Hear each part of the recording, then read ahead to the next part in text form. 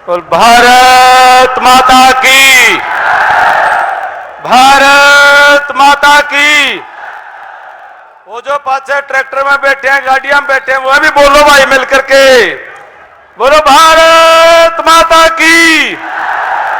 Bharatiya Janata party जिंदाबाद, नरेंद्र मोदी जिंदाबाद, नायब सिंह सैनी जिंदाबाद। मेरे घर, मेरे परिवार, मेरी जन्मभूमि, मेरी कर्म भूमि, मेरी मरण भूमि नारनौंद की इस पावन धरा पर आज हमारे बीच में नामांकन की सभा में हम सबको अपना आशीर्वाद, समर्थन और सहयोग देने के लिए, प्रेरणा और प्रोत्साहन देने के लिए आए हरियाणा प्रदेश के लोकप्रिय यशस्वी मुख्यमंत्री, हमारे बहुत ही अजीज साथी, लंबे समय हमने जिनके साथ मिलकर के संगठन में कंधे से कंधे मिलाकर के काम किया और बहुत ही हरियाणा प्रदेश में 6 महीने से कम समय में मुख्यमंत्री रह करके रात के 2:30 बजे तक इन्होंने जनता की आवाज सुनने का काम किया। ऐसे भाई नायब सिंह सैनी जी, मेरे नारनौंद के वर्तमान में विधायक और मेरे बहुत ही आदरणीय हमारे इलाके के बड़े वरिष्ठ नेता, और आप सबके सहयोग से, शुभकामनाओं से आने वाले 8 अक्टूबर को संविधान विधानसभा के विधायक बनकर के चुने जाने वाले हैं मेरे बहुत ही आदरणीय दादा रामकुमार गौतम जी, सम्माननीय श्रीमान सतीश पुनिया जी, आदरणीय भाई रणबीर गंगवा जी अभी भी बोल करके निकले हैं, हमारे भिवानी महेंद्रगढ़ से लोकप्रिय सांसद चौधरी धर्मवीर जी, आदरणीय श्रीमान रामचंद्र जांगड़ा जी राज्यसभा सांसद, पूर्व केंद्रीय मंत्री चौधरी सुभाष महरिया जी, पूर्व विधायक छपरौली यूपी से सहेंद्र सिंह रमाला जी, हमारे हांसी से लोकप्रिय विधायक और हमारे लोहारी गांव के ही बेटे, और आने वाली 8 अक्टूबर को एक नारनौंद से जहां सफीदों में विधायक बनेंगे, एक हांसी में विधायक बनेंगे, एक नारनौंद से विधायक बनेंगे, 3 विधायक बनाने का काम विनोद भयाना जी हमारे बीच में आए हैं। हमारे सम्माननीय हरियाणा प्रदेश ही नहीं, देश के बड़े वरिष्ठ वंचित समाज के नेता, युवाओं के बीच में लंबा समय जिन्होंने काम किया, भाई डॉक्टर अशोक तंवर जी, पूर्व सांसद, हमारे जिला परिषद के चेयरमैन भाई सोनू सियाग जी, हमारे जिला के माननीय अध्यक्ष अशोक सैनी जी, विधायक भाई पूर्व विधायक अभिनेश महर्षि जी, धर्मवीर तेरिया जी, जयवीर माजरा जी, आजाद शर्मा जी, जगदीश फौजी जी, बारू सरपंच जी, रमेश ढांडा जी, और मंच पर उपस्थित मेरे बहुत ही आदरणीय सम्माननीय पार्टी के सभी वरिष्ठ नेतागण, पदाधिकारीगण, समाज के बड़े ऊंचे वरिष्ठ लोग यहां पर उपस्थित हैं। साथ ही साथ सभा में उपस्थित मेरे पिता तुल्य बुजुर्गों, पूजा के योग्य मातृशक्ति और मेरे दिल के टुकड़ों, मेरे नौजवान दोस्तों, मेरे नौजवान साथियों, पत्रकार और छायाकार मित्रों, सबसे पहले तो मैं आप सबकी तरफ से हमारे मुख्यमंत्री नायब सिंह सैनी जी का और सभी उपस्थित मेहमानों का बहुत बहुत स्वागत करता हूं और उनका अभिनंदन करता हूं। साथियों, मुझसे पूर्व के वक्ताओं ने सारी बातें देश की, प्रदेश की आप सबके सामने रखी हैं। दादा रामकुमार गौतम जी ने तो जमा कालजा खोल करके आप सबके बीच में रख दिया है। मैंने जींद में कहा था, जब दादा भारतीय जनता पार्टी में पुनः शामिल हुए, मैंने कहा था दादा 2019 में नकली पोता टो लिया था, और ये हमारे इलाके की संस्कृति है, हमारे इलाके की एक सोच रही है। असली दादा और असली पोता तो असली रहेंगे, चाहे हम किसी पारे में रहे, चाहे हम किसी भी राजनीतिक धारा में रहे, लेकिन हमने कभी भी अपने दादा की हमने गुस्ताखी नहीं की, उनके सम्मान के अंदर कोई गुस्ताखी नहीं की। हमने हमेशा उनका मान सम्मान किया, और अपने दादा ने भी अपने पोते के लाड में कभी कोई गुस्ताखी तो क्या, उन्होंने कभी छोटी बात नहीं की। ये होती है संस्कृति।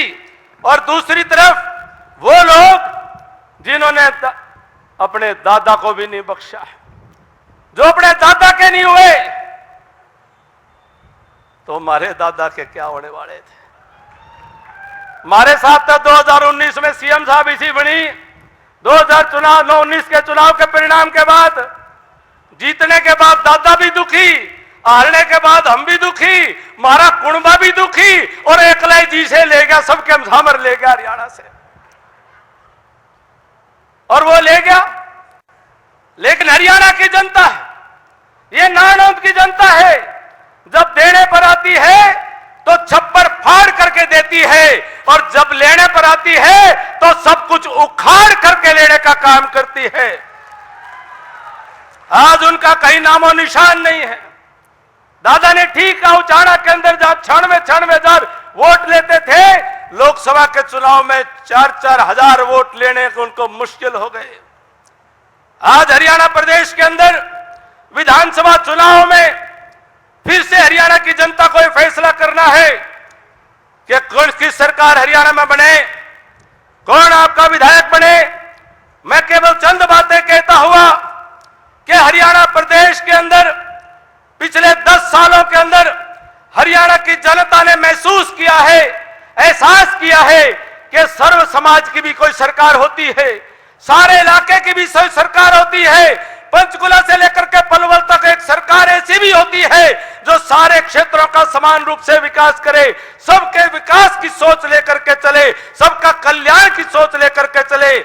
हरियाणा की जनता ने महसूस किया है कि कोई ऐसी सरकार भी होती है जो बिना पैसे लिए नौकरियां देती है, ईमानदारी से नौकरी देती है, हर मेरिट पर नौकरियां देती है। हरियाणा की जनता ने देखा है कोई ऐसी सरकार भी होती है जो बिना पैसे लिए ट्रांसफर भी करा करती है, ईमानदारी से लोगों के बीच में काम करती है। लेकिन आज कांग्रेस पार्टी के लोग, वो परिवारवादी लोग, वो क्षेत्रवादी लोग, भाई भतीजावादी लोग, वो गुंडागर्दी करने वाले लोग, वो सड़कों पर यात्रा करते हुए निकले और वो कह रहे थे हिसाब मांगेंगे, हिसाब मांगेंगे। वो हिसाब हरियाणा की जनता से मांगना चाहते हैं। वो लट उठा करके निकले हैं, वो कह रहे हैं कि हरियाणा के लोगों, आप लोगों ने, वो कांग्रेस पार्टी के लोग कह रहे हैं कि जब कांग्रेस की सरकार थी 70-80 हजार नौकरी 10 साल में दी, जब बीजेपी की सरकार रही उस 10 साल के अंदर 1,41,500 नौकरियां देने का काम किया साथियों, सरकारी नौकरियां देने का काम किया। लेकिन उसके अंदर वो हिसाब किस बात का मांग रहे हैं कि हरियाणा के लोगों तुमने मौज कर ली, बिना पर्ची बिना खर्ची नौकरी ले ली।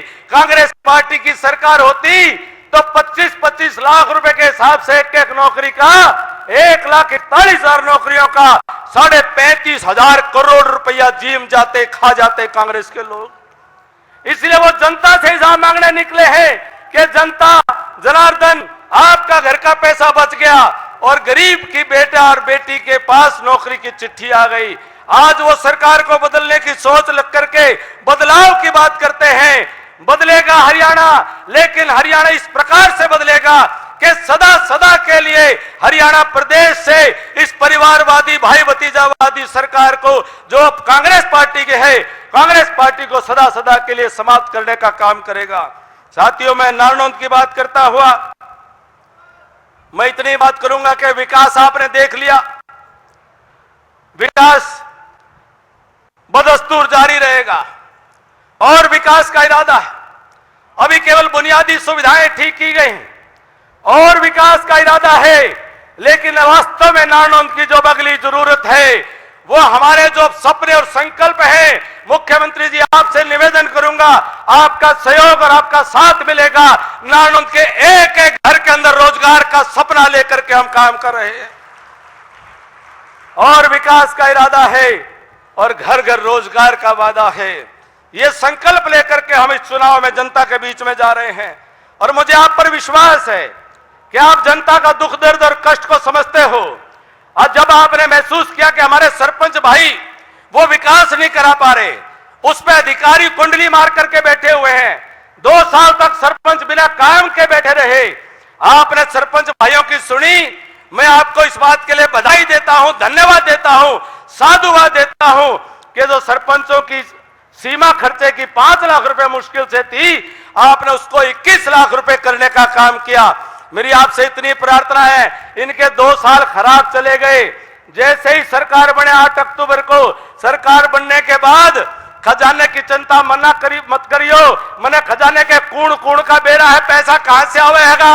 इन सरपंचा के खजाने की चिंता मत करना, मैं कूण कूण का बेरा है, कहां से आवेगा? पर इन सरपंचों के खाता में, इन गांव गांव के अंदर विकास का खकाटा उठ जाए। इन सरपंचों को आप पूरी तो है मदद करने का काम करें। हम आपसे निवेदन करते हैं जनप्रतिनिधियों को, आपने किसानों के दर्द को समझते हुए, हमारे पानी की शुरुआत में अगस्त के महीने में बड़ी किल्लत थी, फसल जीरी की बर्बाद हो रही थी। पहला मुख्यमंत्री हिंदुस्तान के अंदर जिन्होंने फसल को बर्बाद होने से पहले, बर्बाद होने के बाद मुआवजा देते तो लोग देखे हैं, लेकिन बर्बाद होने से पहले बचाने का काम किसी ने किया तो हिंदुस्तान में पहले मुख्यमंत्री हैं। 2000 रुपए प्रति एकड़ किसानों को सीधे सहयोग देने का काम आपने किया। नायब सिंह जी, आपका साधुवाद करता हूं, आपको धन्यवाद देता हूं। आप जो रात को 2:30 बजे तक मिल रहे हो, कार्यकर्ताओं का जनता के मन में भरोसा हो गया है कि मुख्यमंत्री निवास ये जनता, जनतंत्र का घर है, लोकतंत्र का घर है, ये जनता उसकी मालिक है, आपने एहसास कराया है। कार्यकर्ताओं को अपने सम्मान का विश्वास बढ़ा है, कार्यकर्ताओं को भरोसा हुआ है। मेरी 2-3 रिक्वेस्ट है आपसे, आपके घोषणा पत्र के अंदर मैं भी सदस्य हूं उस कमेटी का, पर मैं ये जनता का घोषणा पत्र आपके सामने रखना चाहता हूं। जो आपने ये बाकी चीजें पोर्टल वोटल वाली आप ठीक करवा रहे हो, मेरी आपसे प्रार्थना है, एक इस फैमिली आईडी की इनकम ने ठीक करवा दी। इस फैमिली आईडी की इनकम ने बहुत तंग कर रखे थे लोग, इसकी इनकम ने जरूर ठीक करवा देना। और जो गरीब भाइयों के जो प्लॉट देने की आपने घोषणा की है, सारे गरीबों के अंदर बहुत बड़ी उमंग है और बड़ा आपसे अपेक्षाएं हैं। और जो पुराने जो मकान के सर्वे जो पेंड हो चुके थे और जिनके मकान अब तक नहीं मिले, पुरानों के मकान जारी करवा दें। और जैसे ही अपनी सरकार तीसरी बार आप शपथ लें, 24,500 नौकरियां तो आप उनको चिट्ठी देंगे नौकरी शपथ से पहले, लेकिन उससे ज्यादा साथ के साथ में एक और काम है कि जो गरीब भाइयों के जो मकान के जो पेंडिंग है उनकी भी पैसा जारी करवा देंगे तो गरीब भाइयों को बड़ी मदद हो जाएगी। एक प्रार्थना है, हमारे महिला हर गांव में, हमारी बहनें, मैं गांव गांव जाता हूं, बात करती है, वो कहती है कि भाई सारे गांव के अंदर बड़ी परस है, पाने की चौपाल है, हर बिरादरी की अथाई है, हर एक का अपने बैठने की जगह है। लेकिन अब हमारी मातृशक्ति भी पढ़ी लिखी है, हमारी मातृशक्ति भी समझदार है, परिवार की जिम्मेदारी लेकर के मातृशक्ति चलती है, वह गांव में समाज में सहयोग करना चाहती है। आपने जो पंचायत के अंदर भी उनको आरक्षण देकर के आगे बढ़ाने का काम किया है। हमारे मातृशक्ति, उनके लिए भी मैं आपसे प्रार्थना करता हूं कि हर गांव के अंदर एक महिला चौपाल जरूर बनवाने का काम करें, अलग से महिला चौपाल होनी चाहिए, जहां 36 बिरादरी की बहनें बैठ करके अपने सुख दुख की, भजन कीर्तन की, समाज के अंदर अच्छे काम करने का सहयोग कर सकें। आप सभी से आपसे प्रार्थना करता हूं, रोजगार पे हम सब मिलकर के काम करेंगे, आपका सहयोग निश्चित तौर पर मिलेगा। मैं इतना कहूंगा कि भाई रोजगार की बात तो हम करा, लेकिन ये जो विपक्षी भाई हैं वह हरियाणा में उम्मीदवार हो और ये जो हुड्डा साहब हो, इनका बेटा हो, ये सारे मारे मारे फिरे हैं। किस बात के लिए मारे मारे फिरे हैं? ये अपने खुद के रोजगार के लिए मारे मारे फिरे हैं और हम मारे मारे फिरा, हाँ, मेरे नौजवानों के रोजगार के लिए हम मारे मारे फिरते हैं। ये इनके अपने खुद के कुनबे का रोजगार के चक्कर में, और हम आपके नौजवानों के रोजगार के लिए मरते हैं। ये फर्क आप सब ने समझना है। मैं आप सभी से, भाई मैं गांव में जाऊं, सीएम साहब बहुत रोज हर गांव में डोर टू डोर जैसा काम करा, रास्ते में रोक रोक के, कोई महसाना पानी पिलाने जा रहा हो वो रोक करके कहता है, कोई जोड़ पे बैठे हो पानी वो रोक करके कहते हैं, कोई गरीब बस्ते से जाता हो, कोई माई वो हर कुर्सी पे बैठी है वो रोक करके कहती है, कोई ताश खेलते हैं वह रोक करके कहते हैं, को हुक्का पीनी है रोक रोक करके है। बोला अभिमन्यु घबराइए मत, नहीं के नहीं मरण देंगे, तो मैं को जागा, तू भीतर को जागा। मेरी प्रार्थना है, ये सरदारी बेटी है, 36 बिरादरी की सरदारी बेटी है, भाई मैं को जाकर भीतर को और बीच को जागा का सौदा नहीं है, बस सीधा सीधा लेकर के जाना है। मैं को जाने की कोई बात नहीं है, सीधा सीधा आप सब लेकर के जाओगे तो बताओ भाई, आशीर्वाद दो और अपने हाथ उठा करके तसल्ली दो भाई। इतनी बात करते हुए कि 5 साल, जैसे मैंने कहा भाई, दादा भी पोता भी और कुणबा भी सारे दुखी थे। अब नारनौंद हल्के ने फैसला किया है, हो गई है पीड़ पर्वत सी, हो गई है पीड़ पर्वत सी, अब पिघलनी चाहिए। इस हिमालय से कोई गंगा निकलनी चाहिए। सिर्फ हंगामा खड़ा करना मेरा मकसद नहीं, मेरी कोशिश है कि यह सूरत बदलनी चाहिए, यह तस्वीर बदलनी चाहिए, और यह सूरत और तस्वीर आपके साथ मिलकर के बदलने का काम हम सब करेंगे। मैं माननीय मुख्यमंत्री जी का अभिनंदन और आभार व्यक्त करते हुए, ये नारनौंद की सरदारी ने जो पगड़ी हमारे सिरों पर रखी है, हमारे सबके सिरों के ऊपर जो पगड़ी आपने रखी है, मंच की तरफ से आपको भरोसा दिलाता हूं कि आपकी पगड़ी का मान सम्मान हम नीचा नहीं होने देंगे। एक निवेदन के मुख्यमंत्री जी के बोलने के बाद, जब मुख्यमंत्री जी अपने उड़न खटोले की तरफ, हेलीकॉप्टर की तरफ आगे बढ़ेंगे, तो यहां से लेकर के एसडीएम कार्यालय तक वह रोड शो के तौर पर वह खुली जीप के अंदर आप सबसे मिलते हुए आगे बढ़ेंगे। आप सब उस रोड शो के अंदर भी जरूर शामिल हो। गाड़ियां ड्राइवर पीछे लेकर के आ जाएंगे, लेकिन आप सब 10 मिनट खाली लगेंगे, 10 मिनट एसडीएम ऑफिस तक सब साथ दें। आप सभी का बहुत बहुत धन्यवाद। आज पर्चा भर दिया है, नामांकन भर दिया है। मन नाम तो बेशक मेरा हो और निशान कमल का फूल हो, लेकिन उम्मीदवार आप सब हो। नारनौंद का बच्चा बच्चा है, 36 बिरादरी इसके आज उम्मीदवार है, आप सबकी तरफ से भरा है। आप सबका बहुत बहुत धन्यवाद। जय हिंद, जय भारत।